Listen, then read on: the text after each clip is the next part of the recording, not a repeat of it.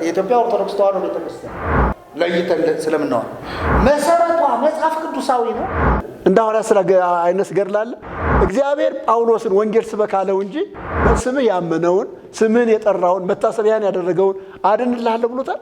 ነገረ ድነት ላይ ብዙዎች አዳኝ ናቸው፣ ብዙዎች አማላጅ ናቸው፣ ብዙዎች አስታራቂ ናቸው፣ ብዙዎች የመንግስተ ሰማያት መግቢያ በሮች ናቸው።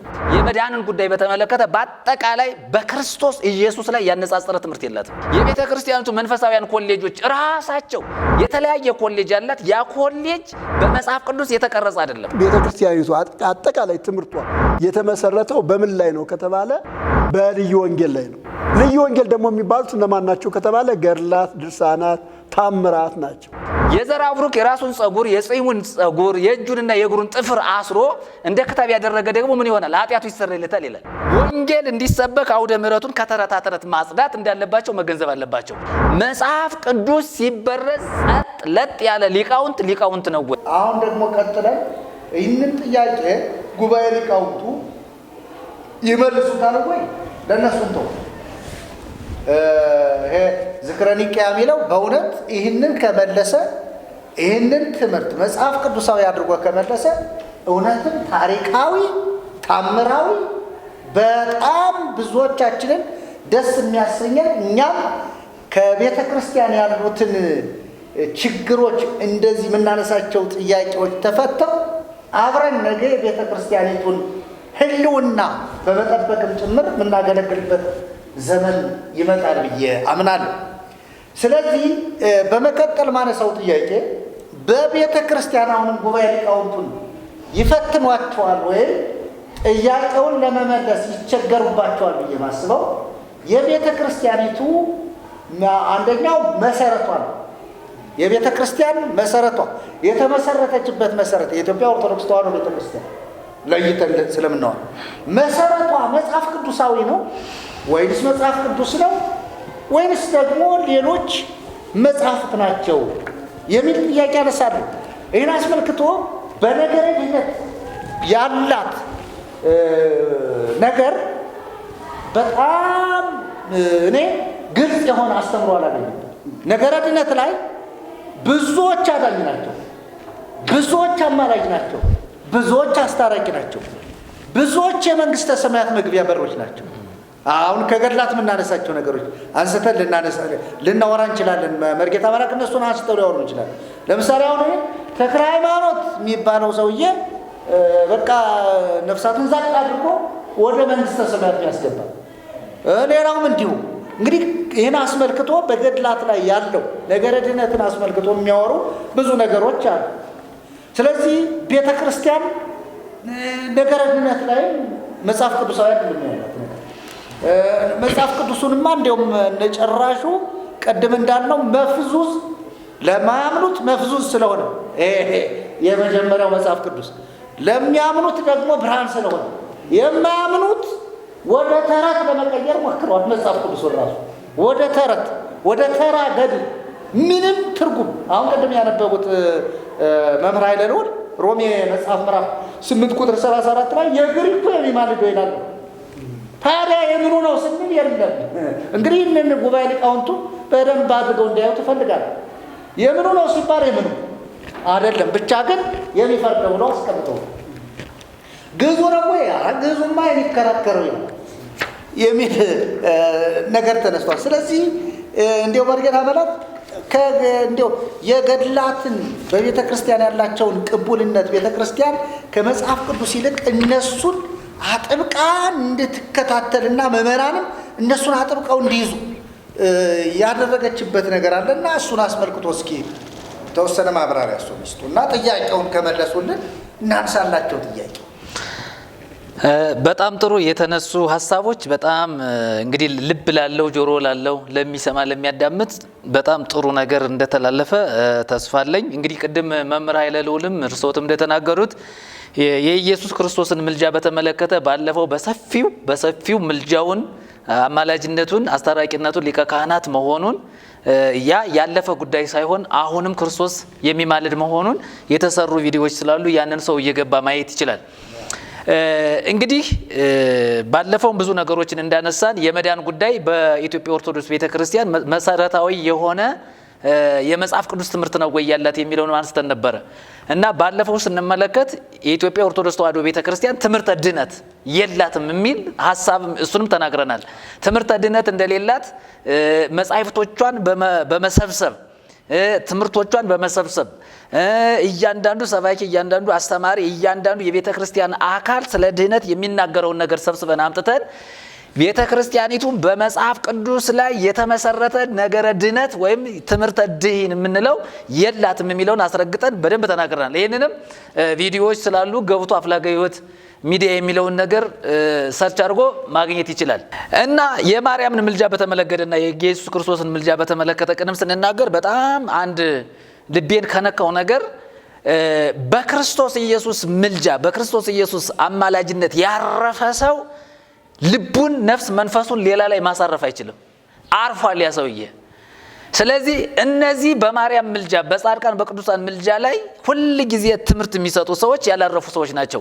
ፍርድ ውስጥ ያሉ በእግዚአብሔር ቁጣ ስር ያሉ ያልዳኑ የዘላለም ሕይወት ያላገኙ በክርስቶስ ኢየሱስ ከእግዚአብሔር ጋር ያልታረቁ ሰዎች መሆናቸውን በዚህ ትምህርት የሚያምኑ ሰዎች ምልክት ነው ይሄ። ሌላውን እንግዲህ ወደ ቤተክርስቲያኒቱን ስመጣ እንደው በነጥብ ላስቀምጥ። በነጥብ የተጠየቁት ጥያቄ በዚህ ትምህርተ ድህን ወይም ደግሞ የመዳንን ትምህርት በተመለከተ ስለሆነ ገድላት፣ ድርሳናት የሚናገሩት አሉ፣ ሌሎች ተአምራት የሚናገሩት አሉ።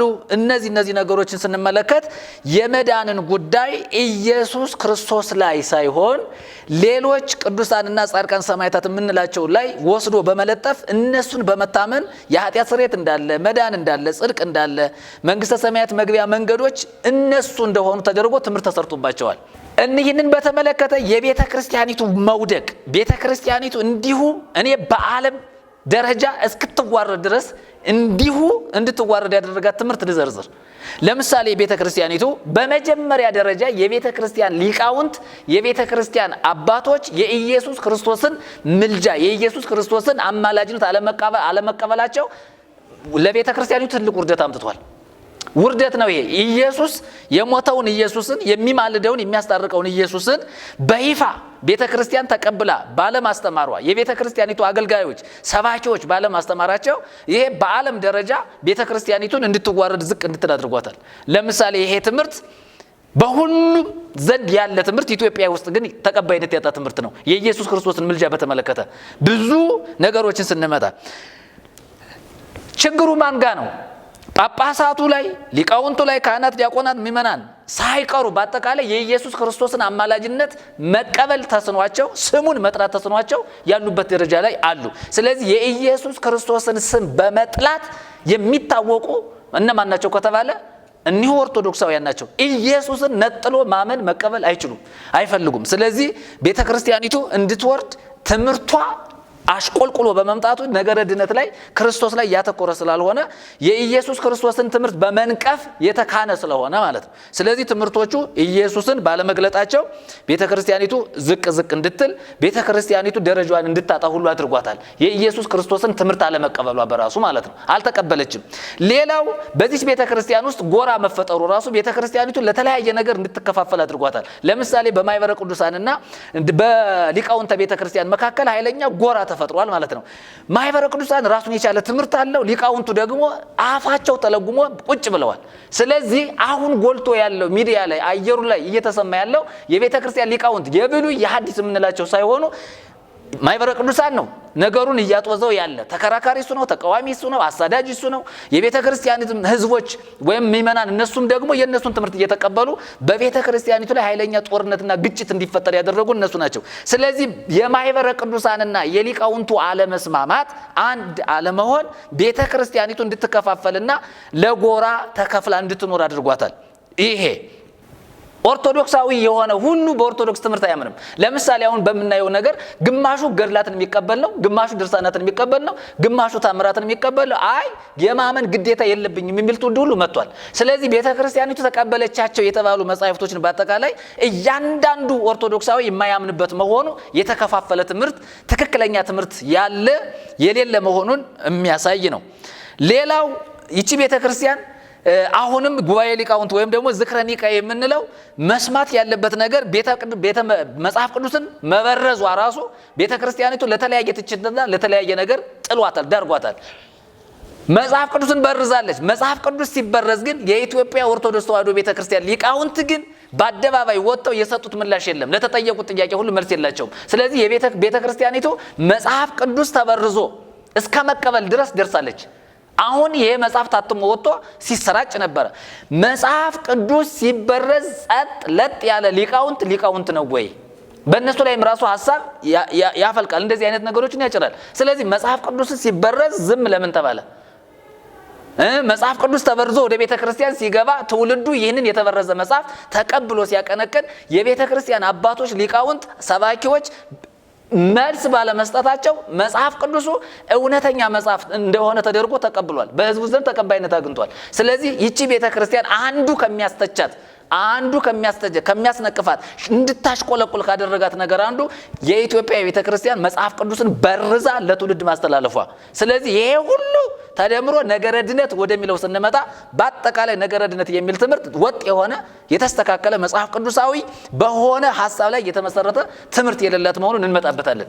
ሌላው ስንመጣ የቤተ ክርስቲያኒቱ መንፈሳዊያን ኮሌጆች ራሳቸው የተለያየ ኮሌጅ አላት። ያ ኮሌጅ በመጽሐፍ ቅዱስ የተቀረጸ አይደለም። ትውፊት እየተማረ ታሪክ እየተማረ የተለያየ ታሪክ መማር ስህተት ባይሆንም ግን ትክክለኛ ባልሆነ ታሪክ ላይ የተመሰረተ ትምህርት፣ ምክንያቱም ክርስቶስ ጠል የሆነ ትምህርት ነው። ክርስቶስን ጠልቶ ክርስቶስን ነቅፎ ክርስቶስን አደባባይ ላይ የማይቀበል ሰባኪ መጥቶ መድረክ ላይ ይቆማል። ስለዚህ መንፈሳዊያን ኮሌጆቻቸው ራሱ ክርስቶስን እንዲከተሉ የሚያደርግ አይደለም።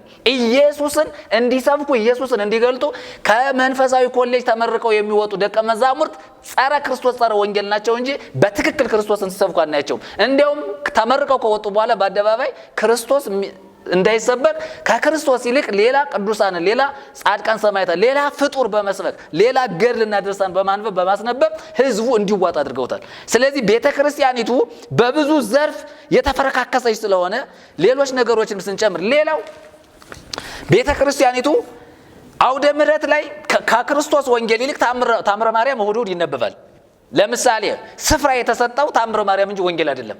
ስለዚህ ቤተክርስቲያኒቱ ከወንጌል ይልቅ ተአምርን፣ ገድልን፣ ድርሳናትን፣ ሌሎች መጻሕፍትን አሁን ላይ ጥያቄ ሲፈጠር በህዝቡ ዘንድ በሚዲያው በእያንዳንዱ ሚዲያ ላይ ጥያቄ ሲፈጠር ለማምለጥ የሚፍጨረጨሩት ነገር እንጂ በትክክል አምነውትና ተቀብለውት የኖሩት ታሪክ ትምህርት ነው ይሄ። ስለዚህ ቤተክርስቲያኒቱ እሑድ እሑድ የኢትዮጵያ ህዝብ ወንጌል እንዳይሰማ ታምር እየተነበበለት እንዲሄድ ያደረጉ የቤተክርስቲያን አገልጋዮች ናቸው። ስለዚህ ህዝቡ ያለ ወንጌል የሆነበት ምክንያት አንዱ በወንጌል ስፍራ ተአምር ስለተተካ፣ በወንጌል ስፍራ ድርሳን ስለተተካ፣ በወንጌል ስፍራ ተአምር ስለተተካ፣ በወንጌል ስፍራ ሌላ ነገር ስለተተካ ህዝቡ ወደ ወንጌል እንዳይመጣ በር ዘግቶ ያለ ብዙ ትምህርት ስላለ ማለት ነው። ስለዚህ አውደ ምሕረቱ ለክርስቶስ አይደለም። አሁን ሌላው ስንመጣ አሁን ያለ ላይ የቤተክርስቲያኒቱ አገልጋዮች የርስ በርስ ግጭት ለምን አመጣ፣ ለምን ተጋጩ የሚለውን ስንመጣ አንደኛ ወጥ የሆነ መጽሐፍ ቅዱሳዊ ትምህርት ስለሌላቸው። ለምንድን ነው የሚጋጩት? አንዱ ሊቅ መጥቶ ያስተማረው ሌላኛው ሊቅ ያፈርሰዋል። አንዱ የሰንበት ተማሪ መጥቶ የተናገረው ሌላው ዲያቆን መጥቶ ያፈርሰዋል። አንዱ ካህን መጥቶ የተናገረው ሌላ ምዕመን መጥቶ ያፈርሰዋል። ወጥ የሆነ ትምህርት የላቸውም። ስለዚህ አንዱ የራሱን ትምህርት ቀርጾ ያመጣል፣ የራሱን ሐሳብ ይናገራል። ቤተክርስቲያኒቱን እንዲሁ በአደባባይ በትምህርት የተበከለች እንደሆነች ተደርጋ ታይታለች። አሁን ግልጽ ነው ይሄ። ሌላው ስንመጣ ቤተክርስቲያኒቱ ለመታደስ ለምን ዘገየች ብለን ጥያቄ ብናነሳ ወንጌልን ላለመቀበል ዝግ ስለሆነች ነው። አሁን መታደስ አለባት ቤተክርስቲያኒቱ። አዎ ልክ ነው። ግን ለምንድነው የማትታደሰው? ወንጌልን መቀበል አቃታት። ኢየሱስን አማላጅ ነው። ኢየሱስን አስታራቂ ነው። ኢየሱስን ሊቀ ካህናት ነው። ኢየሱስ ዛሬ በአብ ቀኝ ተቀምጦ ይማልዳል። ይሄ ቅድም የተነገረው ጳውሎስ የተናገረው ሮሜ 8:34 ላይ እንደገና ዕብራውያን 7:25 ላይ የተጠቀሰውን ጥቅስ መቀበል መቻል አለባት ቤተክርስቲያን። አሁን ቤተክርስቲያን እንዳትታደስ ያደረጋት ምክንያት ይሄ ነው። ሌላው ስንመጣ ቤተክርስቲያኒቱ የምትመራው በማን ነው የሚለውንም ጥያቄ ብናነሳ ቤተክርስቲያን መሪ የላትም። አሁን የኢትዮጵያ ኦርቶዶክስ ተዋሕዶ ቤተክርስቲያን ያለ መሪ ቁማ ጣራዋ ግድግዳዋ ቁሞ ያለች ቤተክርስቲያን ናት። መሪ የላትም ቤተክርስቲያኒቱ። ይሄው አንድም መሪ ወጥቶ ይህንን ይመስላል የቤተክርስቲያናችን ትምህርት የቤተክርስቲያናችን ዶግማ ቀኖና ይሄ ነው ብሎ የሚሞግት አንድም አባት የለም። ስለዚህ ቤተክርስቲያኒቱ የምትመራው በምንድነው ከተባለ ማንም የሰንበት ተማሪ ይመጣና መሪ ይሆናል፣ አለቃ ይሆናል። ማንም ዝም ብሎ ከአፈር ከዱር ከገደል መጥቶ መሪ ሆኖ አለቃ ሆኖ ትመለከተዋለህ። ቅድም የተነሳ ሐሳብ አለ። በሙስና የገባ በገንዘብ የገባ እንጂ በእውቀት በትምህርት እንደገና መጽሐፍ ቅዱስን መሰረት አድርጎ ሊከራከር ሊሞግት ሊያወግዝ የሚችል የለም። ስለዚህ ቤተክርስቲያኒቱ ለምንድነው መሪ ያጣች ከተባለ መሰረቷ ተሸርሽራ ያለ ወንጌል ቆማለች። ስለዚህ ጣራዋ ግድግዳዋ እንጂ ትክክለኛ ትምህርት የላትም ቤተክርስቲያን። ይህንንም በተመለከተ በደንብ መታሰብ ስላለበት ሌላው ብዙ ጊዜ የሚነሳ ጥያቄ አንዳንድ ጊዜ በሚዲያ ላይ መልስ የተሰጠው ነገር ግን ማህበረሰቡ ደግሞ ያልተወው የታቦት ጉዳይ የጽላት ጉዳይ ብንመጣ አንዳንድ ጊዜ መክተፊያ ነው፣ አንዳንድ ጊዜ እንደዚህ ነው ብለው ይናገራሉ። ግን የሚገርመው ነገር ግን ትክክለኛ መልስ ግን ለማህበረሰቡ የደረሰው ነገር የለም። ስለዚህ አሁንም ህዝቡ ታቦት ያከብራል፣ ግን በአንድ በኩል ደግሞ ተንቋል። ታዲያ ከተናቀና በማህበረሰቡ ዘንድ ደግሞ ስፍራ እንዳይኖረው ትክክለኛ ትምህርት አለመስጠቱ ራሱ ማህበረሰቡን በቃ ከፋፍሎት ያለ ጉዳይ መሆኑን በደንብ አድርጎ ያሳያል። ሌላው የቤተክርስቲያኒቱ መውደቅ ለቤተክርስቲያኒቱ መውደቅ ተጠያቂው ራሱ አንደኛ በመጀመሪያ ደረጃ ተጠያቂዎች የኢትዮጵያ ኦርቶዶክስ ቤተክርስቲያን ጉባኤ ሊቃውንቱ፣ ሲኖዶሱ፣ ጳጳሳቱ ናቸው። ስለዚህ ቤተክርስቲያኒቱ ስትወድቅ ዝም በማለታቸው ስለዚህ ተጠያቂዎቹ ራሱ ዛሬም የተሐድሶ ጥያቄ የቤተክርስቲያን አባቶች ለምን ዝም አሉ? የቤተክርስቲያን አባቶች ለምን ለሚነሳው ጥያቄ ሁሉ መልስ መስጠት ተሳናቸው የሚል የኛ ትልቅ ጩኸት አለ። ስለዚህ ለቤተክርስቲያኒቱ መውደቅ የቤተክርስቲያን አባቶች ተጠያቂዎች ናቸው። ስለዚህ ከተጠያቂነት አያልፉም። ይሄንንም በተመለከተ ሌላው ቤተክርስቲያን ሰውኛ መሪ የላትም፣ አባቶች መሪዎች አይደሉም ብለናል። ሌላው ቤተክርስቲያን የኢትዮጵያ ኦርቶዶክስ ተዋሕዶ ቤተክርስቲያን በመንፈስ ቅዱስ የምትመራ ቤተክርስቲያን አይደለችም። ስለዚህ መንፈስ ቅዱስን መሪ አድርጋ የምትኖር ሳትሆን በስርዓት በሕግ በወግ በባህል ስለዚህ ይሄ ሁሉ ቤተክርስቲያኒቱን አንገዳግዶ ይዟት ወርዷል። ስለዚህ መንፈስ ቅዱስ የሌላት ቤተክርስቲያን መሪ የሌላት ቤተክርስቲያን በመንፈስ ቅዱስ መመራት የማትችል ቤተክርስቲያን ከመንፈስ ቅዱስ ውጭ የሆነች ቤተክርስቲያን ናት። በነገራችን ላይ በአዲስ ኪዳን ቤተክርስቲያን ከተባለ የምትመራው በመንፈስ ቅዱስ ነው እንጂ በእውቀት በችሎታ በልማድ በዘረኝነት በጎሰኝነት በጎጠኝነት የምትመራ ቤተክርስቲያን የለችም። ስለዚህ ቤተክርስቲያኗ ከመንፈስ ቅዱስ ውጭ ስለሆነች መንፈስ ቅዱስ የማይመራት በመንፈስ ቅዱስ የማትመራ ትክክለኛ አባት መሪ የሌላት ቤተክርስቲያን መሆኗን ይሄው ትምህርታቸው በአደባባይ ያሳየናል። ስለዚህ ይሄንን ስንመለከት ሌላው የርስ በርስ ውግዘት አለ። ለምሳሌ ውግዘት በተመለከተ አውጋዡና ተወጋዡ የማይለይበት ለምሳሌ በትምህርት አይደለም። ለምሳሌ በክርስቶስ ላይ ጥያቄ ያለው በክርስቶስ ኢየሱስ አማላጅ ላይ በክርስቶስ ኢየሱስ አማስታራቂነት የሚያምን ሰው ከቤተ ክርስቲያን ይወገዳል። በክርስቶስ ኢየሱስ አማላጅነት የማያምን መናፍቅ ግን ቤተ ክርስቲያን ይኖራል። ስለዚህ አውጋዥና ተወጋዡ መስመሩን የሳተ መስመሩን የጣሰ ሕግ ያለባት ቤተክርስቲያን ናት። ስለዚህ ቤተክርስቲያኗ አውጋዡንም ተወጋዡንም ለይታ መስመር ባለማስያዟ እዚህ ሁሉ ተጠያቂ ናት ነው። ሌላው ስንመጣ እንደገናም ደግሞ አልፎም ተርፎ ህዝቡ ራሱ መንፈስ ቅዱስን አያውቅም። የኢትዮጵያ ኦርቶዶክስ ተዋሕዶ ቤተክርስቲያን ምእመን ተከታይ በራሱ መንፈስ ቅዱስን አያውቅም። ከላይ ያሉት ከጳጳሳት፣ ኤጲስቆጶሳት፣ መነኮሳት፣ ሊቃውንት፣ ካህናት፣ ዲያቆናት ምእመን የምንለው ይሄ በሙሉ መንፈስ ቅዱስን አያውቀው። በኢትዮጵያ ኦርቶዶክስ ተዋሕዶ ቤተክርስቲያን ውስጥ መንፈስ ቅዱስ አይሰራም፣ የለም። ስለዚህ ይሄ ቤተክርስቲያኒቱን ከጣራና ከግድግዳ ውጭ ሌላ ነገር ምንም አታገኝባትም።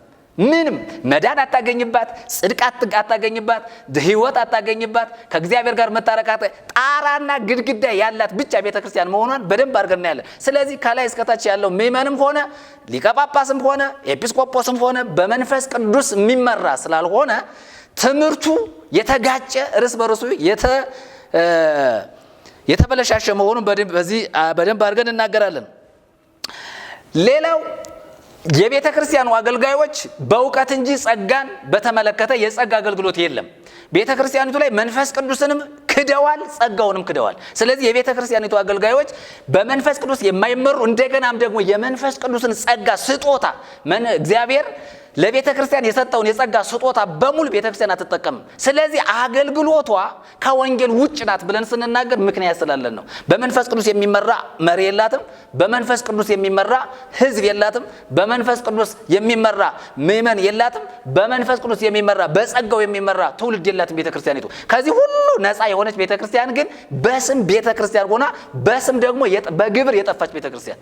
ስለዚህ ይሄን ሁሉ ስናነሳ በምክንያት ስለሆነ ወደ ተጠየቁት ሐሳብ ስለምመጣ ሌላው የምንመጣው ቤተ ክርስቲያኒዋ ቤተክርስቲያኒቱ መመሪያዋ ምንድነው የሚለውን ቅድም ወደ አነሳ ነው ስንመጣ ቤተክርስቲያን አሁን ባለችበት ነገር እንግዲህ ለመንፈሳዊ ነገር ሚዛኑ መጽሐፍ ቅዱስ ነው። መጽሐፍ ቅዱስ ነው መንፈሳዊ ነገርን ለመመዘን፣ ለማስተካከል፣ ለማስታረቅ፣ ለማረቅም የሚጠቅም መጽሐፍ ቅዱስ ብቻ ነው። ስለዚህ ቤተክርስቲያኒቱ ምንም አይነት መመሪያ የላትም። ለምሳሌ አንዱን ምእመን ስትጠይቀው ነገረ ድነት ብትጠይቀው፣ ጽድቅ ብትጠይቀው፣ የዘላለም ሕይወት ብትጠይቀው የሚነግርህ መጽሐፍ ቅዱስ ጠቅሶ አይደለም። መጽሐፍ ቅዱስ ጠቅሶ ወንጌል ጠቅሶ ሳይሆን የሰማውን ተረት የሰማውን ገድልና ድርሳን ተአምር ያንን አምጥቶ በገሌ እድናለሁ። ለምሳሌ በአርሴማ እድናለሁ ይላል። ምን ችግር አለ? በክርስቶስ ሰምራ እድናለሁ ይላል። በተክልዬ እድናለሁ ይላል። ምንም ችግር የለባቸውም። እንድናለን። ግን ድናችኋል ወይ? አልዳንም። ታዲያ እንዴት ነው የምትድኑ? በስራ ስትድናችኋል? አይ እንዴት ሆኜ? አየህ ሂደህ ተከትለው ስትሄድ በስራ እድናለሁ ይላል። አዎ ድናል። በስራ ትድናል? አልድንም። ውጤቱ ምንድን ነው? ሂደህ የምታገኘው ዜሮ ነው። ስለዚህ ቤተክርስቲያኒቱ በጣም ስህተት ፈጽማለች። መጽሐፍ ቅዱስ እስከ መበረዝ መመሪያ የሆነውን የእግዚአብሔርን ቃል ይሄንን እስከ መበረዝ የደረሰች ቤተክርስቲያን ናት። ስለዚህ ወደ ተጠየቁት ጥያቄ ስመጣ እንግዲህ ድነትን በተመለከተ የቤተክርስቲያን መጻሕፍቶች ምን ይላሉ ብለን ስናነሳ የቤተክርስቲያኒቱ መጻሕፍትማ ምን ብለው ይናገራሉ ካል እንግዲህ መጽሐፍ ቅዱስ የሚለውንም ነገር እናነሳለን። ግን ቤተክርስቲያኒቱ በነገረ ድነትን በተመለከተ የተናገረችው ብዙ ነገር አለ። የኃጢአት ስርየት በተመለከተ፣ ድነት በተመለከተ፣ ጽድቅን በተመለከተ፣ ይሄ የመዳንን ጉዳይ በተመለከተ በአጠቃላይ በክርስቶስ ኢየሱስ ላይ ያነጻጸረ ትምህርት የላትም። ለምሳሌ በምን ይዳናል ተብሎ ጥያቄ ቢነሳ የመዳን ትምህርታቸው ምንድነው ብለን አሁን ብናነሳ የምናገኘው ነገር ድነት በምንድን ነው? ባለፈው ብዙ ነገሮችን ስላነሳ ለምሳሌ እንደ ምሳሌ ሁሉ ጊዜ የምናነሳው የተክለ ሃይማኖት ድርሳን ስናነብ ራሱ ተክለ ሃይማኖት ያልዳነ መሆኑን ባለፈው ስንናገር ነበር አይደል? ራሱ ተክለ ሃይማኖት የኢትዮጵያ ኦርቶዶክስ ተዋሕዶ ቤተክርስቲያን የሚከተሉት የሚያምኑበት ተክለ ሃይማኖት በራሱ እንኳን እንዳልዳነ ነገሩ ላይ ተጽፏል። ስለዚህ ታዲያ እንዴት ነው ከተባለ እሱን እናምናለን ይላል። እሱ እኮ አልዳንኩም እያለ ነው ያለው። ተክለ ሃይማኖት እኮ አልዳንኩም ለራሱ ንስሐ የሚያስፈልገው መሆኑን ለራሱ ክርስቶስ የሚያስፈልገው መሆኑን ገድሉ ላይ ተጽፎ ይገኛል፣ ይነበባል። ስለዚህ ወደ ሌሎችም ስንመጣ ገድለ ክርስቶስ ሰምራ ላይ ስንመጣ የመዳን መንገድ ምንድን ነው? ቃል ኪዳን ነው። ቃል ኪዳን ለምሳሌ የ4 ወር የዝናብ ነጠብጣብን የእያንዳንዱን ነው የሚለው። የእያንዳንዱን ወር 4 ወር ትደምርና የ4 ወር የእያንዳንዱን ቀን የዝናብ ነጠብጣብ ያህል እምርልሻለሁ ተብላለች። ቃል ኪዳን ተሰጥቷታል ለክርስቶስ ሰምራ። አሁን ይሄ ለኦርቶዶክሳውያን የመዳን መንገድ ነው። የመዳን ትምህርት ነው። ለምሳሌ በክርስቶስ ሰምራ ቃል ኪዳን የታመነ የሚድን መሆኑን መጽሐፋቸው ይኸው ገድላቸው ይናገራል። ሌላው ስንመጣ የዘራ ብሩክ የራሱን ጸጉር የጽሙን ጸጉር የእጁንና የእግሩን ጥፍር አስሮ እንደ ክታብ ያደረገ ደግሞ ምን ይሆናል? ኃጢአቱ ይሰረይለታል ይላል። ተመልከት። ስለዚህ ጻድቁ ቦታ ላይ ሂደህ ከተንከባለልህ አፈር አፍሰ ዘግነ ፊትክን ከተቀባህ እንደገናም ደግሞ በጸበሉ ከታመን ከተጠመቅ ትድናለህ ይላል። አሁን ይሄ ወደ እስትንፋሰ ክርስቶስ ገድል ስንሄድ በአጠቃላይ የሚያወራው የመቃብር አፈር ከመኮኳል ጋር ድነት ተያይዟል። የመቃብሩን አፈር ከመቀባት ጋር የኃጢአት ስርየት ተያይዟል። የመቃብሩን አፈር በትምህርተ መስቀል ቀርጾ ከመቀባት አንፃር ስንመለከት ድነት አለ፣ እዚያ ውስጥ የኃጢአት ስርየት አለ፣ ጽድቅ አለ፣ የዘላለም ሕይወት አለ። ስለዚህ በቃል ኪዳን የሚዳን መሆኑ በማን ቃል ኪዳን? በቅዱሳን ወይም ደግሞ ጻድቃን በሚሏቸው ቃል ኪዳን መዳን እንዳለ፣ ጽድቅ እንዳለ፣ የዘላለም ሕይወት እንዳለ ገድላቸው ድርሳናቸው ይናገራል። በጣም የሚገርማቸው ነገር ዘራ ያዕቆብን የሰደበ ኃጢአቱ አይሰረይም ይላል።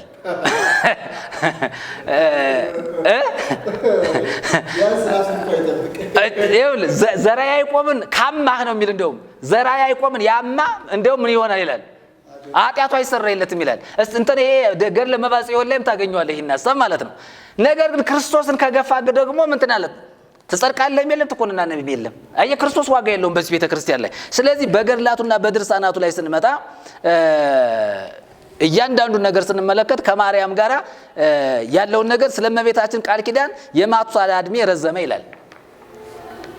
ይሄ ከምን ጋር የተያያዘን? ከቃል ኪዳን። ከዚያ ቀጥሎ የሚያመጣው የድነት ጉዳይ ተቀምጧል። የመዳን ጉዳይ፣ የጽድቅ ጉዳይ፣ የዘላለም ሕይወት ጉዳይ ተቀምጧል።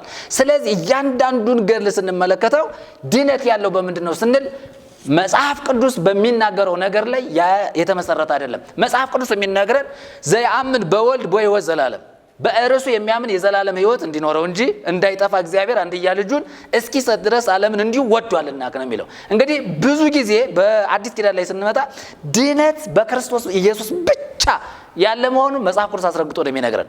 ስለዚህ እንደዚህ አይነት ነገሮችን ስንመጣ በገድላት በድርሳናት በተአምራት ላይ ድነት ያለ መሆኑን በደንብ አድርጎ ይናገራል። ለምሳሌ የምህረት ቃል ኪዳን ተሰጥቷታል ለማርያም ለእመቤታችን ለድንግል ማርያም የምህረት ቃል ኪዳን እሷ የማራቸው የሚማር መሆኑን ለምሳሌ የምህረት ቃል ኪዳን ተሰጣት የሚለው ድርሳነ ኪዳነ ምህረት ገጽ 50 ላይ ቁጥር 3 ላይ ስንሄድ ይሄ የመዳን መንገድ ነው። የእመቤታችን ቃል ኪዳን የምህረት ቃል ኪዳን ተሰጥቷታል። እንግዲህ የሚምር እግዚአብሔር እንደሆነ መጽሐፋችን ይናገራል። ሌላው የሚናገረው ነገር መታሰቢያሽን ያደረገ ይድናል ይላል። አሁን ይህንም ስንመለከት የእሷን መታሰቢያ ዝክር ያበላ ያጠጣ የሚድን የሚጸድቅ መሆኑን ይናገራል። እንግዲህ የኃጢአትን ስርየትን በተመለከተ የኃጢአት ይቅርታን የምንለው ይሄ መንግስተ ሰማያት መግባት፣ መጽደቅ፣ የዘላለም ሕይወት ማግኘት፣ ከእግዚአብሔር ጋር መታረቅ፣ ያለ ኃጢአት መታየት፣ ያለ በደል ያለ ኩነኔ ሆኖ መታየት የሚለውን ትምህርት በአጠቃላይ ስንመለከት ገድላቱና ድርሳቱና የምናየው በፍጡራን የሚዳን መሆኑን ገድላቸውና ድርሳናቸው ይናገራል። ይኸውም በሞቱ ማለት ነው። አሁን ባሉ አይደለም፣ በሞቱ ሰዎች የሚዳን መሆኑን ይናገራል። እንግዲህ ሌላው ምን ብሎ ይናገራል? ስምሽን የጠራ ተስካርሽን ያደረገ ድነትን ያገኛል ይላል። አሁንም ይህን ስምሽን የጠራ መታሰቢያሽን ያደረገ ድነት ያገኛል ብሎ ይኸው ድርሳነ ኪዳነ ምህረት ላይ ተጽፎ እናገኛለን። እና እንግዲህ በኦርቶዶክስ ቤተክርስቲያን ላይ የመዳንን መንገድ ስናመጣ ድነት ያለው በኢየሱስ አይደለም። ይሄንን ደግሜ ነው የምናገረው። ኦርቶዶክሳውያን በኢየሱስ ክርስቶስ ብቻ ይዳናል የሚል ትምህርት የላቸው። በኢየሱስ ክርስቶስ አስታራቂነት፣ በኢየሱስ ክርስቶስ አማላጅነት፣ በኢየሱስ ክርስቶስ ሊቀ ካህንነት፣ በኢየሱስ ክርስቶስ መካከለኛነት በእርሱ ስራ ድነናል፣ ጸድቀናል፣ የዘላለም ሕይወት አግኝተናል የሚል ትምህርት የላቸው። ታዲያ ምንድነው ትምህርታቸው ከተባለ ከአንድ ቀን እስከ 30 ቀን ባለው ቀን ውስጥ በሚከብረው ጻድቅ ሰማዕት ሐዋርያ ነብይ በተባለው በዚያ ሰው በማመን የሚዳን መሆናቸው ይሄው ገድላቸው በደንብ አድርጎ ነው የሚያሳየን። ስለዚህ በኦርቶዶክስ የመዳን ትምህርት የለም። ባለፈው እንደተናገረው ድነት የሚባል የተረጋገጠ የድነት ትምህርት የላቸውም። መዳናቸውን አላረጋገጡም። ከላይ እስከ ታች ስንመጣ በክርስቶስ ድናሃል፣ እንዴት ሁኜ? ታዲያ እንዴት ትድናለህ? በስራ ትጸድቃለህ። እንዴት እችላለሁ? ሄደ የመጨረሻ መልስ የምታገኘው 0 ነው። ሌላ ነገር የላቸውም። ስለዚህ ኦርቶዶክሳውያን የመዳን ትምህርት የላቸውም። መዳናቸውንም እርግጠኞች አይደሉም። ከላይ እስከታች ያለው ኦርቶዶክሳዊ በአጠቃላይ ጣራና ግድግዳ እንጂ ትክክለኛ ትምህርት የለውም። የሚኮሩት አሁን በጣራና በግድግዳ ነው፣ በትምህርታቸው አይደለም። እኔ ይህንን በደንብ አድርጌ ነው የምናገረው። ኦርቶዶክሳውያን የሚኮሩት በየአደባባዩ የሚኮሩት በምንድን ነው ከተባለ በጣራ በግድግዳ እንጂ በድነታቸውና በነገረ ድነት ባለው ትምህርት አይደለም። በልብስ ነው። ይሄ እግዚአብሔር ይባርክ። የሚቆሩት በምንድን ነው ከተባለ በቀሚስ ነው፣ በሻሽ ነው፣ በነጠላ ነው፣ በካባ ነው፣ በመቋሚያ፣ በጸናጽል፣ በከበሮ ነው። በዚህ ነው የሚመኩ እንጂ ነገረ ድነት የላቸውም። ስለዚህ ኦርቶዶክሳውያን ትክክለኛ መንገዱን እኛ እንንገራችሁ፣ እኛ ተሐድሶዎች እንንገራችሁ። መጽሐፍ ቅዱስ የነገረንን ነው የምንነግራችሁ። እኛ ገድላትን ድርሳናትን ተአምራትን ጠቅሰን ትድናላችሁ የሚል ትምህርት የለንም፣ አንናገርም። እንደዚሁ የምንነግራችሁ ነገር ግን ቢኖር መጽሐፍ ቅዱስ እንደተናገረው የኢየሱስ ክርስቶስን ወንጌል በመጥቀስ እንነግራችኋለን። እንግዲህ የዮሐንስ ወንጌል ምዕራፍ 3 ከቁጥር 31 ላይ ያለውን አንብቤ ልጨርስ። ከላይ የሚመጣው ከሁሉ በላይ ነው፣ ከምድር የሚሆነው የምድር ነው፣ የምድሩንም ይናገራል። ከሰማይ የሚመጣው ከሁሉ በላይ ነው፣ ያየውንና የሰማውንም ይህን ይመሰክራል። ምስክሩንም የሚቀበለው የለም፣ ምስክሩን የተቀበለ እግዚአብሔር እውነተኛ እንደሆነ አተመ። እግዚአብሔር የላከው የእግዚአብሔርን ቃል ይናገራል። ይኸውልህ ከእግዚአብሔር ያልተላከ ኦርቶዶክሳዊ ሰባኪ፣ አስተማሪ፣ ኦርቶዶክሳዊ ጳጳስ፣ ኤጲስቆጶስ እውነቱን አይናገርም። እንንገራችሁ እኛ ተሐድሶዎች ትክክለኛ መዳን ያለው በክርስቶስ ነው። ከእግዚአብሔር የተላከ ጳጳስ የላችሁ፣ ከእግዚአብሔር የተላከ ሰባኪ የላችሁ፣ ከእግዚአብሔር የተላከ ኤጲስቆጶስ የላችሁ፣ ከእግዚአብሔር የተላከ አገልጋይ የላችሁ። ይሄንን 100% እንነግራቸዋለን። ማንም ወደ እናንተ ከእግዚአብሔር ተልኮ የመጣ ሰባኪ የላችሁ። ስለዚህ ከእግዚአብሔር ብትሆኑ ኑሮ ከእግዚአብሔር የሰማችሁትን ትናገሩ ነበር። ስለዚህ አትናገሩም። ይሄው እያየናችሁ ነው የምትናገሩት። ቃላት መጠይቅ ሲደረግላችሁ በየሚዲያው ስትሄዱ የምትናገሩትን ነገር እያየናችሁ ነው። በዚህ ነው የምንመዝናችሁ። ስለዚህ ከእግዚአብሔር ያልተላካችሁ ስለሆናችሁ እግዚአብሔር እንዲልካችሁ ወደ ኢየሱስ ክርስቶስ ኑ። መጀመሪያ ከዚያ ይልካችኋል እግዚአብሔር። ስለዚህ ኑ ከዚያ ምን ብሎ ይናገር? እግዚአብሔር የላከው እግዚአብሔርን ቃል ይናገራልና እግዚአብሔር መንፈሱን ሰፍሮ አይሰጥምና አባት ልጁን ይወዳል፣ ሁሉንም በእጁ ይሰጥቶታል። በልጁ የሚያምን የዘላለም ሕይወት አለው። ተመልከቱ፣ በልጁ የሚያምን የዘላለም ሕይወት አለው። በልጁ በማያምን ግን የእግዚአብሔር ቁጣ በእርሱ ላይ ይኖራል። የእግዚአብሔር ቁጣ የሚኖረው በክርስቶስ ኢየሱስ በማያምን ኤጲስቆጶስ፣ በማያምን ጳጳስ፣ በማያምን ሰባኪ፣ በማያምን ሊቅ፣ የድጓ በለው የቅኔ በለው የአቋቋም በለው የአርባዕቱ ምናምን በቃ የአራቱ ጉባኤያት መምህራን በለው የብሉይ የሐዲስ ኢየሱስን እስካላገኘ በኢየሱስ እስካልሆነ ድረስ የእግዚአብሔር ቁጣ በእርሱ ላይ እንደሚኖር መጽሐፍ ቅዱሳችን ግልጽ በሆነ መንገድ ይናገራል። ስለዚህ ኦርቶዶክስ ቤተክርስቲያን ከእግዚአብሔር የተላከ ሰባኪ አገልጋይ የላትም። በእግዚአብሔር መንፈስ የሚመራ ሕዝብም የላትም፣ ሰባኪም የላትም። ይሄንን አስረግጠን እንናገራለን። ስለዚህ ከእግዚአብሔር ከተላካችሁ እግዚአብሔር ያላችሁ ንገሩን፣ እንስማ። ስለዚህ በርሱ ላይ ይኖራል እንጂ ሕይወትን አታይም ካለ እኛ መልሳችን ንግግራችን ይሄ ነው።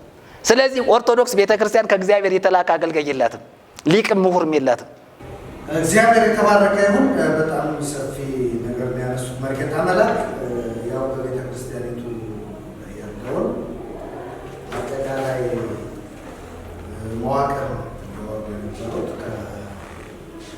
ከአስተዳደሩ ጀምሮ እስከ ትምህርቱ እስከ ስርዓት አምልኮ እስከ መሪዎች ድረስ እንዲሁም እስከ ሰባኪዎች እስከ አስተማሪዎችም ድረስ ያነሱት። በነገራችን ላይ አንድ እንኳ ጥሩ አስተማሪ ቢገኝ በእርግጥ ያው ወገር ያባሩታል እንጂ ጥሩ ነበር። ጥሩ አስተማሪ እንኳ እንዳታስቀምጥ እንዳለመታደር ሆኖ በጣም በቤተ ክርስቲያኒቱ ላይ ሰብስበው የተቀመጡ ምንድን ነው የሚሏቸው እዛ ጳውሎስ ምኖችን ሰብስበው ነው የሚለው ስራ ፈቶችን ሰብስበው ወደ ጳውሎስ ይልኩ ነበር እና እንደዛ ነው። አሁን እኛም እንግዲህ የምናስተላልፈው መልእክት ዛሬ ለተነሳው ሀሳብና ለያዝነው ርዕሰ ጉዳይ የዝክረ ኒቅያ የሚባለው እና ሊቃውንቱ ከተለያየ አካባቢ ነው የሚሰበሰቡ የተባለ ለእነሱ ነው ጥያቄ እየቀረበ ያለው። እነሱን ጥያቄ ከመለሱ እሰየው፣ ካልመለሱት ግን አንድ ስጋት አለ። እኔ ምናልባትም ከዚህ በፊት ይዘውት የመጡን ጭፍን ያለ ታምራዊ ድርሳናዊ ገድላዊ አስተምሮ እንደው አጽንተውት እንዳይሄዱ እፈራለሁ። ለምን መሰላችሁ? ሳነሳ በዛው መምህር ኃይለልዑልም ያነሱታል ብዬ አስባለሁ። ከተለያየ አካባቢ የሚሰበሰቡ ሰዎች የዘመኑ ሰዎች አይደሉም። ከጥንቱ ከምናምኑ ተምረናል የሚሉ ሰዎች ናቸው። እንዲሁም ደግሞ በየሚዲያው በየሶሻል ሚዲያው እንደምንከታተላቸው ማርያምን፣ ሚካኤልን፣ ገብርኤልን እንዲሁ ጸበሉ ምንውን ስላድኖ ምኑን የሚሰብኩ ናቸው። ቅድም አንስተናል አይደለም? አንድ ርዕሰ ሊቃውንት የሚባሉት እንግዲህ እሳቸው ዋና ነው የሚሆኑት።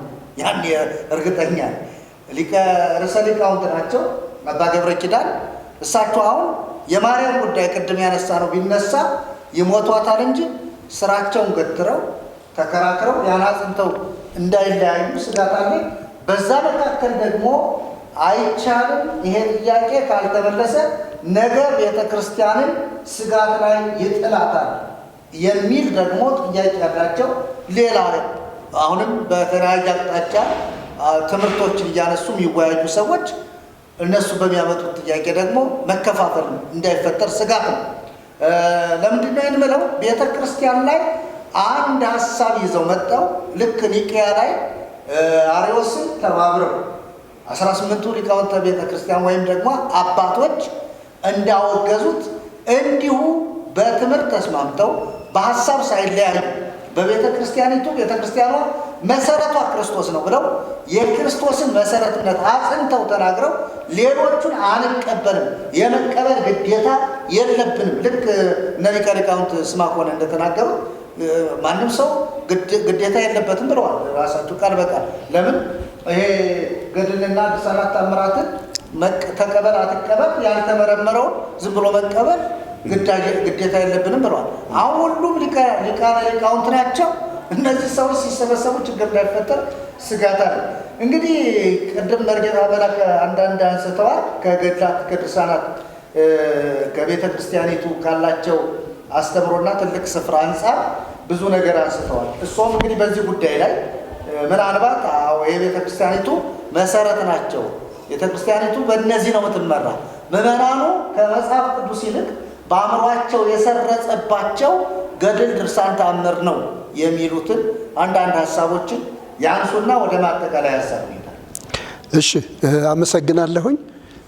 ብዙ ነገር ተብሏልና እኔ እንዲያው የተወሰነ ነገር አጽንኦት ለመስጠት ነው በዚህ ሀሳብ ላይ አሁን የማወራው። እንግዲህ አሁን የኢትዮጵያን ቤተክርስቲያን ስናይ ልዩ ወንጌል ቤተክርስቲያኒቱ ውስጥ አለ። እኔ በተለይ ይህንን በደንብ ማየት አለብን ብዬ አስባለሁኝ። ጳውሎስ በገላትያ ምዕራፍ 1 ቁጥር 6 ላይ በክርስቶስ ጸጋ እናንተን ከጠራችሁ ከእርሱ ወደ ልዩ ወንጌል እንዲፈጥናችሁ እንዴት እንዳለፋችሁ እደነቃለሁ ይላል እና ልዩ ወንጌል አለ። ልዩ ወንጌል የሚባል ምን የሚያደርግ ነው ከተባለ ሰውን ከክርስቶስ ጸጋ ፈቀቅ የሚያደርግ እንደዚህ አይነት ነገር አለ። ይሄ ቀድሞ ነበር። አሁንም በኢትዮጵያ ቤተክርስቲያን ይሄ ነገር አለ። ልዩ ወንጌል አለ። እንደምታውቁት ቤተክርስቲያኒቱ አይማድ ትምህርቶች ናቸው የምትላቸው አላት። ለምሳሌ እነዚህ 5ቱ አይማድ ምስጢር የሚባሉት ማለት ነው።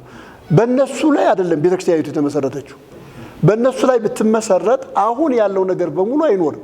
አይደለም ታቦት አይኖርም፣ ታቦት አይኖርም፣ ምልጃ አይኖርም። ይሄ በገድል በድርሳን መታመን አይኖርም። ይሄ ነገር የለም እና እሱን አይደለም አሁን ቤተክርስቲያኒቱ እየተለማመደች ያለችው።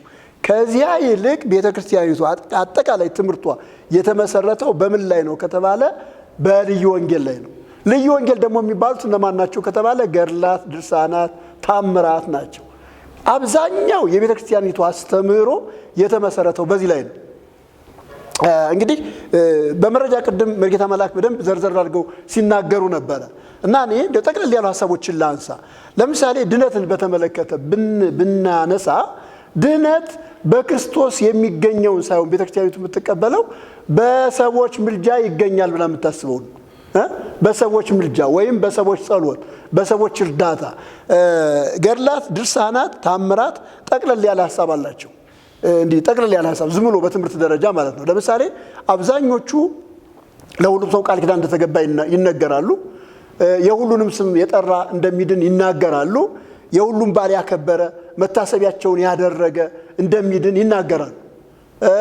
ወደ እነሱ የጸለየ በእነሱ የተማጸነ የልጆቻቸውን ስም በእነሱ የሰየመ የእነሱን ባል ያከበረ እንደዚህ አይነት ሰው እንደሚድን ይናገራል። ይሄ የገድላት ትምህርት ነው። ጠቅለል አድርገን ስንመለከተው ገድላት ይሄንን ነው የሚያስተምሩት። ስለዚህ ከዚህ የተነሳ የቤተ ክርስቲያኒቱ የመዳን ትምህርት በአብዛኛው የተመሰረተው በዚህ ላይ ነው።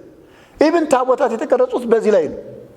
ለምሳሌ መጽሐፍ ቅዱስ ላይ ደርስ ስናነብ በሰው ታቦት ተቀርጾ አናገኝ። በሰው ስም ታቦት ቅረጹ አይሉን። በቃ ታቦት በብሉይ ኪዳን የነበረው ታቦት እንኳን በማንም በእግዚአብሔር ስም እንኳን ራሱ አልተቀረጸም። ግን ይህንን የሚናገሩት እነማን ናቸው ከተባለ ገድላትና ድርሳናት ናቸው። ስለዚህ በገድላትና በድርሳናት ላይ የተመሰረተ ነው። እኔ በዚሁ አጋጣሚ ገድላት፣ ድርሳናት በመጽሐፍ ቅዱስ ውስጥ አሉ። ገድላት፣ ድርሳናት የአባቶች የብሉይ ኪዳን አባቶች እናቶች ታሪክ ነው፣ እነሱን የሚመስል ነው ብለው ይናገራሉ። እኔ ግን ይህንን አላም ገድላት፣ ድርሳናት ልዩ ወንጌላት ናቸው። ልዩ ወንጌላት የክርስቶስን የማዳን ትምህርት ለማጣመም በክርስቶስ የሚገኘውን እውነት ለመሰረዝ ወይም በሌላ ለመለወጥ ታስበው የተዘጋጁ ናቸው። እውነቱ ይህንን ነው የሚያሳየናል። እስኪ አንድ ጥያቄ ልጠይቅ። ለምሳሌ የሐዋርያት ሥራ ገድል ነው ተብሎ ይነገራል አይደለም? ገድል ነው የሐዋርያት ሥራ። እሺ እንደ ሐዋርያት ሥራ አይነት ገድል አለ? እንደ ሐዋርያት ሥራ አይነት ገድል አለ? እግዚአብሔር ጳውሎስን ወንጌል ስበክ አለው እንጂ በስምህ ያመነውን ስምህን የጠራውን መታሰቢያን ያደረገውን አድንልሃለሁ ብሎታል? በምንም ታምር አላለውም። ስለዚህ በመጽሐፍ ቅዱስ ያሉ የእግዚአብሔር ሰዎች ታሪክና ወይም ደግሞ በመጽሐፍ ቅዱስ ያሉት የሐዋርያት ሥራ እና የኢትዮጵያ ገድላት በምንም ታምር አይገናኙም። እና እነዚህ ልዩ ወንጌል ናቸው። የክርስቶስን ወንጌል ለማጣመም ሰውን ከክርስቶስ ወንጌል ለመለየት የመዳን ተስፋ በሌላ መንገድ እንደሚገኝ ለማስተማር ታስበው የተዘጋጁ ናቸው። የቤተ ክርስቲያኒቱ ትምህርት ሙሉ በሙሉ የተመሰረተው በዚህ ነው። ማህሌቱ ይሄ ነው። እያንዳንዱ አገልግሎት ይሄ ነው። በቃ እያንዳንዱ አገልግሎት ክብረ በዓሉ በዚህ ላይ የተመሰረተ ነው። ከዚህ ተወስዶ ነው ያሬድ ደረሰው ተብሎ በነገራችን ላይ ይሄ ዚቅ ምናምን የሚባለውን ያሬድ ደረሰ አይባልም። የሰሜን ሊቃውንት እንዳዘጋጁት ነው የሚነገረውና ይሄ ስህተቱ ከተፈጠረ በኋላ የመጣ ነው። ያሬድ ድጓ ብቻ ነው ደረሰ የሚባለውና ከዚያ የገድላትን ታሪክ እየወሰዱ ለያሬድ ለክርስቶስ የደረሰውን እየለወጡ ያስቀመጡት የሰሜን ሊቃውንት ናቸው የሚባሉት እና በአብዛኛው ትምህርቷ የተመሰረተው በልዩ ወንጌል ላይ ነው። ስለዚህ ሊቃውንቱ ይህንን የማረም ተግዳሮት ይገጥማቸዋል። ይህንን ካረሙ ደግሞ ቤተክርስቲያኒቱ ምንድን ነው የምትሆነው ከተባለ እንደ ሐዋርያት ቤተክርስቲያን ነው የምትሆነው። እንደ እግዚአብሔር ቃል ነው የምትሆነው። የእግዚአብሔር ቃል የሚለውን የምትል ነው የምትሆነው። እና አንዱ ነገር ይሄ ነው። የቤተክርስቲያኒቱ አስተምህሮ፣ የቤተክርስቲያኒቱ ትምህርት በልዩ ወንጌል ላይ የተመሰረተ ነው። ልዩ ወንጌል ነው ቤተክርስቲያኒቱ የሚሰበከው። ቤተክርስቲያን ላይ እኮ ክርስቶስ አይደለም የሚሰበከው። ቤተክርስቲያን ላይ በየአውደ ምሕረቱ ቅድም መርጌታ መላክም ሲያወራ ነበረ። በየአውደ ምሕረቱ የሚሰበከው ልዩ ወንጌል ነው። እገሌ ነው ዛሬ ተብሎ ስለ እገሌ ነው የሚወራው እንጂ ስለ ክርስቶስ አይወራም። እና አንደኛው ሐሳብ ይሄ ነው። ልዩ ወንጌል በቤተክርስቲያኒቱ ውስጥ አለ ነው። ሌላ ሁለተኛው ሐሳብ ለመጽሐፍ ቅዱስ ትምህርት በሯ ዝግ ነው። እንግዲህ ይኸውላችሁ እስካሁን ድረስ በቤተ ክርስቲያኒቱ ብዙ ሰዎች ተባረዋል። የተባረሩት በምን ምክንያት ነው ከተባለ በወንጌል ምክንያት። ኢየሱስ ሰብካቸዋል፣ ስለ ኢየሱስ ዘምራቸዋል። ዘማሪዎች ራሱ የተባረሩት ስለ ኢየሱስ ዘምረው ነው፣ ሌላ ነገር አላደረጉም። ጥሩ ዘማሪዎች ዛሬ እኛ የምንዘምረው መዝሙር ብዙ ሰዎች ያደምጧቸው የነበሩ መዝሙሮች ዛሬ ቤተክርስቲያን አይሰሙም። ለምሳሌ የነ ዘርፌ መዝሙር፣ የነ ትዝታው መዝሙር፣ ነበጋሻው እነዚህ ሁሉ መዝሙሮች ከዚያም በፊት የነበሩት ወንጌል ላይ ትኩረት ያደረጉ መዝሙሮች አይዘመሩ። ስለዚህ ለወንጌል ትምህርት በሯ ዝግ ነው። አንድ ሰው ሄዶ ስለ ክርስቶስ ካስተማረ፣ ስለ ክርስቶስ ከሰበከ መናፍቅ ነው ይባላል። ግን የሚገርመው ነገር ልዩ ወንጌል የሚሰብከው ሰው ግን ቦታ ተሰጥቶት፣ ስፍራ ተሰጥቶት ተከብሮ ይኖራል። ስለዚህ ለወንጌል ትምህርት በሯ ምንድነው? ዝግ ነው። ይሄ የቤተክርስቲያኒቱ ችግር ነው። የዚህ ዘመን ትልቅ ኢሹ ነው። አባቶች ወይም ደግሞ እነዚህ የሚሰበሰቡ ሰዎች ይሄንን ማየት አለባቸው። ለምሳሌ አሁን ራሱ ትልቁ ጭቅጭቅ ስለ ክርስቶስ ለምን ሰብካለህ? ለማርያም አልሰበክም ነው እንጂ አይ በቃ ክርስቶስን ሰብካል ወይም ደግሞ ከክርስቶስ ውጭ ሌላ ነገር ሰብካል ትክክል አይደለም። አይ ለምን ስለ ክርስቶስ ሰብካለህ? ለምን ስለ ክርስቶስ ትናገራለህ? ለምን መዳን በኢየሱስ ክርስቶስ ብቻ ነው ብለህ ታወራለህ እኮ ነው። ብቻ የለም ብሎ መጥቶ ነው የሚከራከሩት። አስቡ። ብቻ ሚላምጣ መዳን በክርስቶስ ነው ካለን እኮ መጽሐፍ ቅዱስ በቂ ነው። እና ለወንጌል ትምህርት በሯ ዝግ ነው። ይሄ አንዱ እንትን ነው። ሌላው ሶስተኛው ሐሳብ እዚህ ጋር ማነሳው ደግሞ ቀደምም ለማንሳት ሞክሬያለሁ፣ አሁን ደግሜ ላንሳ ብዬ ነው አጽንኦት ለመስጠት። ይህንን ትምህርቷን ለማስደገፍ ትክክለኛ የሆነ መጽሐፍ ቅዱስ ራሱ እስካሁን የላትም። በኢትዮጵያ ቤተክርስቲያን ውስጥ መጽሐፍ ቅዱስ የለም። ይህንን ህዝባችን ማወቅ አለበት። የትኛው ነው 80 ያዱ ቤተክርስቲያኒቱ እመራበታለሁ ብላ ያስቀመጠችው 80 ያዱ አለ ወይ? ለምሳሌ የፍትሐ ነገሥት 80 ያዱ ስንት ነው ብለን ስናነሳ 70 ምናምን ነው፣ 73 ምናምን ነው የፍትሐ ነገሥት 80 ያዱ ማለት ነው። እንደገና የ1980 አሃዱ ደግሞ የ1980 አሃዱ 80 ያዱ ይባላል አይደለ? እሱም ደግሞ ሌላ ነው። ያ የ2000 እትም አለ፣ የ2000 እትም ሌላ ነው። እንደገና ደግሞ አሁን በኢትዮጵያ ቤተክርስቲያን ይሄ ቀኖና ላይ ያስቀመጡ 80 ያዱ አለ። ገና አዲስ ኪዳን ላይ ስንት የሚጨመርበት? 8 የሚጨመርበት። ስለዚህ መጽሐፍ ቅዱስ እንኳን ራሱ የላትም። አሁን ቤተክርስቲያኒቱ ትምህርቴን እምመዝንበት፣ ትምህርቴን እምለካበት፣ ትምህርቴን በቃ የመሰረትኩበት ይሄ ነው የምትለው የለው። ለዚህ ነው መጽሐፍ ቅዱስን እንደፈለገች እያጣመመች እንደፈለገች እያደረገች የኛው መጽሐፍ አልመቻት ሲል ሌላ መጽሐፍ እየለወጠች እየቀየረች ምን እያደረገች ነው ያለችው ከተባለ ወደ ቤተክርስቲያን እያስገባች ነው ያለችው። ስለዚህ ከዚህ የተነሳ ይሄም አንዱ ምንድነው የልዩ ወንጌል ውጤት ነው አይደለ? ልዩ ወንጌል ነው ማለት እንችላለን። አስቡት፣ የኢትዮጵያ ቤተክርስቲያን ከተመሰረተች 1600 ዓመታት ያለ 1600 ዓመታት። በነገራችን ላይ እንዳለመታደል ሆኖ ነው እንጂ መጀመሪያ ወንጌል ከደረሳቸው ሀገራት አንዷ ኢትዮጵያ ነች። በሐዋርያት ሥራ ምዕራፍ 8 ቁጥር 26 ላይ ነው ለኢትዮጵያው ጃንደረባ ወንጌል ተሰበከ የሚባለው። ታሪኳን ከዚያ ነው የምትጀምረው። ግን ታሪኳን ከዚያ ጀምራ እስካሁን ድረስ የጠራ ክርስትና የላትም፣ የጠራ የእግዚአብሔር ቃል የላትም። በዘመናት ሂደት ውስጥ ብዙ ሰዎች እየተነሱ ልዩ ወንጌል ወደ ቤተክርስቲያኒቱ አስገብተዋል። ብዙ የምንፍቅና ትምህርት አስገብተዋል። ይህንን የምትለካበት ራሱን የቻለ የእግዚአብሔር ቃል የላትም። ይሄ ሌላው ሐሳቤ ነው። ሌላው አራተኛው ሐሳብ ምንድነው ካሉን ሊቃውንቱ በትክክለኛው መንገድ ትምህርታቸውን መናገር አይችሉም። ትክክለኛ የሆነ ትምህርትም የላቸውም።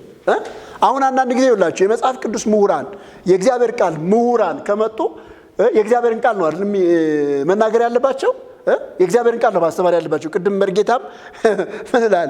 እግዚአብሔር የላከው የማንን ቃል ይናገራል አለ? የእግዚአብሔርን ቃል ይናገር። ሐዋርያው ጴጥሮስ የሚናገር ቢኖር እንደ እግዚአብሔር ቃል ይናገር ይላል። እንደ እግዚአብሔር ቃል ይናገር። ሊቃውንቱ እንደ እግዚአብሔር ቃል የሚናገሩ አይደሉም። ደስ ካላቸው የራሳቸውን ሐሳብ ነው የሚያስገቡት። የራሳቸው ህዝቡም መጽሐፍ አያውቅም፣ ሊቃውንቱም በቃ የፈለጋቸው ነው የሚናገሩት። ከዚህ የተነሳ ነው አይታችሁ ከሆነ በኢትዮጵያ ቤተክርስቲያን ውስጥ የትኛውም ተነስቶ የፈለገውን ነገር ሲናገር ችግር የለው። ግን የወንጌልን እውነት የእግዚአብሔርን ቃል ሲናገር ግን ረብሻ ይነሳል፣ ሁከት ይነሳል።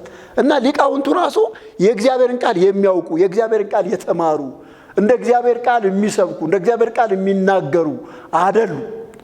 ለዚህ ነው የአባ ገብረ ኪዳን መጽሐፍ አይተናል። እንዴት አይነት የተሳተ ነገር እኔ አሁን ሰሞኑን ያየናቸውን እንኳን የሁለቱን ሰዎች የሊቀ ሊቃውንት ስምዐኮነንና የሊቀ ሊቃውንት ስሙርን ንግግር እያየሁ ነበር እና በጣም የሚገርመኝ ነገር ጠያቂ ብሎ ጠየቃችሁ መሰላችሁ። አንጽሖ ሥጋ ቀድሶ ኪያ አደረ ላይ ሊያ የሚለውን አነሳና ጠየቃቸው። እንደዚህ ይላል ያሬድ። ልክ ነው ይላል አሉት። ልክ ነው ይላል።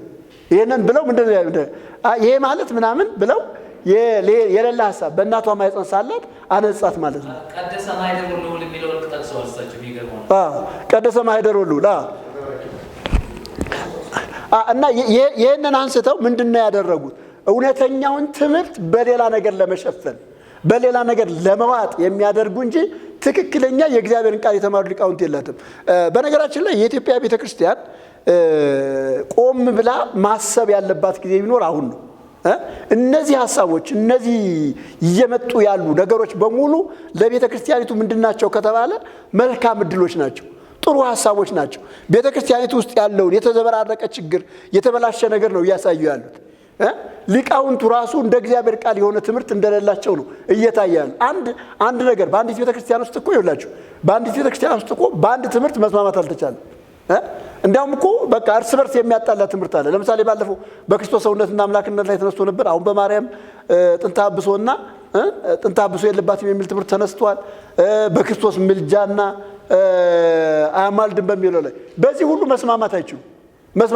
ከዚህ የተነሳ ሊቃውንቱ የተስተካከለ ትምህርት የላቸውም ማለት ነው። እና እነዚህ የቤተ ክርስቲያኒቱን ነገር የሚያሳዩ ናቸው። ሌላው በተለይ በደንብ መናገር የምፈልገው አምስተኛው ነገር መንፈሳዊነት የላቸውም። ይህንን ትምህርት ቢሆንም ሰዎች የተማሩት በተለያየ ነገር ነው። እነዚህ ትምህርቶች በአብዛኛው ያው ትምህርቱ ከባድ ነው፣ ብዙ መሸምደድ ይጠይቃል፣ ብዙ ማጥናት ይጠይቃል። እና ለዚህ እንዲረዳ ተብሎ በየቤተ ጉባኤው የሚሰጡ እንትኖች አሉ፣ መድኃኒቶች አሉ። ይሄ መነሳት አለበት።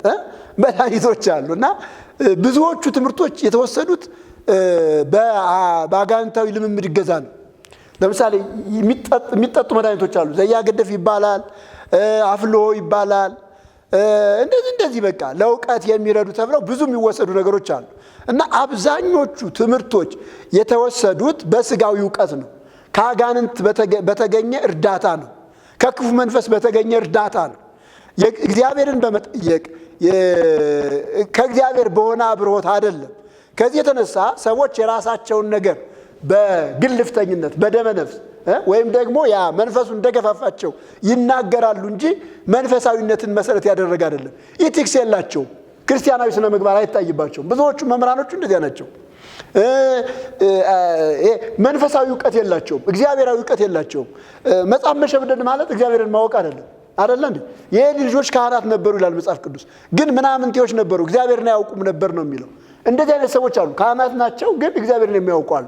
እና ከዚህ የተነሳ ስናይ መንፈሳዊነት የሌለው እውቀት ነው፣ እግዚአብሔራዊ ያልሆነ እውቀት ነው። ስለዚህ ይሄ ሁሉ ተደራርቦ ቤተ ክርስቲያኒቱን ወደ ምንድን ነው እየገፋት ያለው ከተባለ ወደ ልዩ ወንጌል ነው እየገፋት ያለ፣ ወደ ልዩ ወንጌል ነው። ትምህርቷ በሙሉ የተመሰረተው በልዩ ወንጌል ላይ ነው።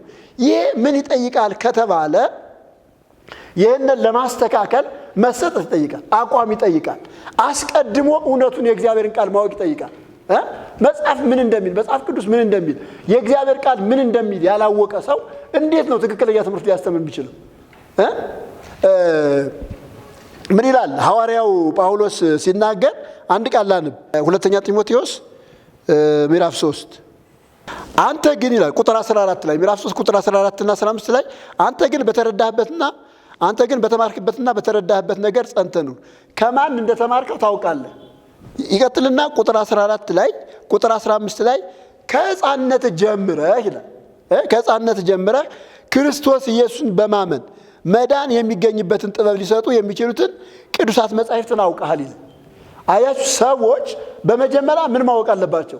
ቅዱሳት መጻሕፍትን ማወቅ አለባቸው። ምን ሊሰጡ የሚችሉትን? የመዳንን ጥበብ ሊሰጡ የሚችሉትን። ይህ አይነት እውቀት እዚያ የለም። ይህ አይነት እውቀት እዚያ የለም። በነገራችን ላይ ቅኔ ሲማር አንድ ሰው ግዕዝ ነው የሚያጠናው አይደለ? ግዕዝ ነው የሚያጠናው፣ ቋንቋ ነው የሚያጠናው፣ በቋንቋ ነው የሚፈለሰፈው። ዜማ ሲማር ዜማ ነው የሚማረው አይደለ? የያሬድን ድጓ ይማራል፣ የያሬድን ድርሰት ይማራል። አቋቋም ሲማር ዝማሜ ነው የሚማረው፣ ጸናጽል ነው የሚማረው። ከዚያ ያው በአቋቋም ውስጥ የተካተተ ነገር ነው የሚማረው። መጻሕፍት ሲማር ምንድን ነው የሚማረው? የመጻሕፍትን ትርጉም ነው የሚማረው። የመጻሕፍትን ትርጉም እንዴት እንደሚተረጎም ነው የሚማረው። ይሄ ስነ መለኮታዊ የሆነ እግዚአብሔር ሊያሳውቅ የሚችል ትምህርት የለም። እግዚአብሔር ሊያሳውቅ የሚችል ትምህርት የለም። እና ይሄ ትምህርት ትክክለኛውን ትምህርት ለመጠበቅ አያስችልም። ትክክለኛውን ትምህርት ለመጠበቅ የሚያስችለው እግዚአብሔር ሊታወቅበት የሚችለው ትምህርት ሰው ሲማር ነው። እኔ የሚገርማችሁ ነገር ከሊቃውንቱም ትምህርት ከቤተ ጉባኤውም ትምህርት ይልቅ ተስፋ የማደርገው የነበረው የሥነ መለኮቱን ትምህርት ነው። የሥነ መለኮቱ ትምህርት እንደ ሌሎች ትምህርት ቤቶች ስነ መለኮት እግዚአብሔር የሚጠናበት ቢሆን እሱ ቤተክርስቲያኒቱን ወደ ትክክለኛ ነገር ለማምጣት ይችላል። ከዚያ ውጪ ይሄ በባህል የሚደረገው በቤተ ጉባኤ የሚደረገው ትምህርት እነዚህ ትምህርቶች እግዚአብሔርን ለማወቅ የሚረዱ አይደለም። ትርጉም እኮ ራሱ እግዚአብሔርን ያጠፋባቸዋል። ለምሳሌ አንድ ቃል በ10 ይተረጎማል አይደል? አንድም ታዲያ ስታነቡ አንድ ቃል በ10 ይተረጎማል። የትኛው ነው እውነቱ? የትኛው ነው? አንድም እንደዚህ ነው፣ አንድም እንደዚያ ነው፣ አንድም እንደዚያ፣ አንድም በልቶ ነው፣ አንድም ሳይበላ ነው፣ አንድም ጠጥቶ ነው፣ አንድም ሳይጠጣ ነው፣ አንድም ተኝቶ ነው፣ አንድም ቁሞ ነው፣ አንድም ተነስቶ ነው። እሺ አሁን እናንተ ምንድነው የምትዙት? ምንድነው የምትዙት? ምንም የሚያዝ ነገር የለም። እና ይሄ የአንድምታ ትምህርት ምንድነው እያደረገ ያለው ከተባለ እውነትን ሰዎች እንዳይረዱ ያንን በመሸምደድ ያንን በመያዝ ላይ ያተኮረ ነው። እና በሊቃውንቱ ዘንድ ይሄ ነገር ስለሌለ ከዚህ የተነሳ ቤተክርስቲያኒቱ ለዚህ ተተዳርጋለች። እና እኔ አሁንም ምለው ወደ እግዚአብሔር ቃል ነው ቤተክርስቲያኒቱ መመለስ ያለባት። ወደ እግዚአብሔር እውነት ነው መመለስ ያለባት። ሰዎች ገና ከልጅነታቸው ጀምረው በተለይ ወደ አገልግሎት የሚመጡ ሰዎች ቤተክርስቲያን ወደ መምራት፣ ቤተክርስቲያን ወደ ማስተዳደር፣ ወደ ማስተማር የሚመጡ ሰዎች ልክ ጳውሎስ እንዳለው ክርስቶስ ኢየሱስን በማመን መዳን የሚገኝበትን ትምህርት አውቀው የእግዚአብሔር ቃል እንደሚለው መጽሐፍ እንደሚለው አውቀው መምጣት አለባቸው። ይሄ ካልሆነ አሁን ቤተክርስቲያኒቱ ችግር ላይ ነች። ለዚህም ችግር የተዳረገችው በዚህ ምክንያት ነው። ወደፊትም በዚህ ችግሯ ትቀጥላለች። ቅድም መርጌታ እያነሳ ነበረና ሊቃውንቱ ራሱ መጥተው ምንም አይናገሩ፣ ምንም የሚያወሩት ነገር የለም። የላቸውማ የሆነ የተስተካከለ እኮ አንድ የሚያደርጋቸው እኮ ስለ መለኮታዊ ትምህርት የላቸው። ምን በተለያየ ሐሳብ ላይ አሁን በተለያየ ሐሳብ ላይ ስንጠይቃቸው የሚሰጡን የተለያየ ሐሳብ የተምታታ ሐሳብ ነው አይደለ? እነዚህ ሰዎች አንዱ ነው ትክክለኛ ትምህርት አስተምረው ትክክለኛ እውነት ገልጠው አማኙ ሊያምነው የሚገባ ይሄ ነው ብለው ለመወሰን የሚቸገሩ ይመስልኛል። ይኸውላችሁ የኒቅያን ጉባኤ አንድ ያደረገው ምንድነው ከተባለ ሁሉም የሚያምኑት አንድ ነው። የተለየ ትምህርት መጣ። የተቃወሙት የተለየውን ትምህርት ነው። ይሄ ግን ምንድነው የኢትዮጵያ ቤተክርስቲያን የምታምን? አንዳንድ እኮ ይኸውላችሁ የመጽሐፍ መምህር ነው እኮ እውነቴን ነው የምነግራችሁ። አጋንንት የሚስባል ከአጋንንት ጋር የተዋረሰ ሰው አለ። ይሄ ሰው እንዴት ነው አንዱ ነው መንፈሳዊ ነገር ወስኖ ለትውልድ ሊያስተላልፍ የሚችለውና እነዚህ ነገሮች በጣም ያሳስባሉ ለማለት ነው። አመሰግናለሁ።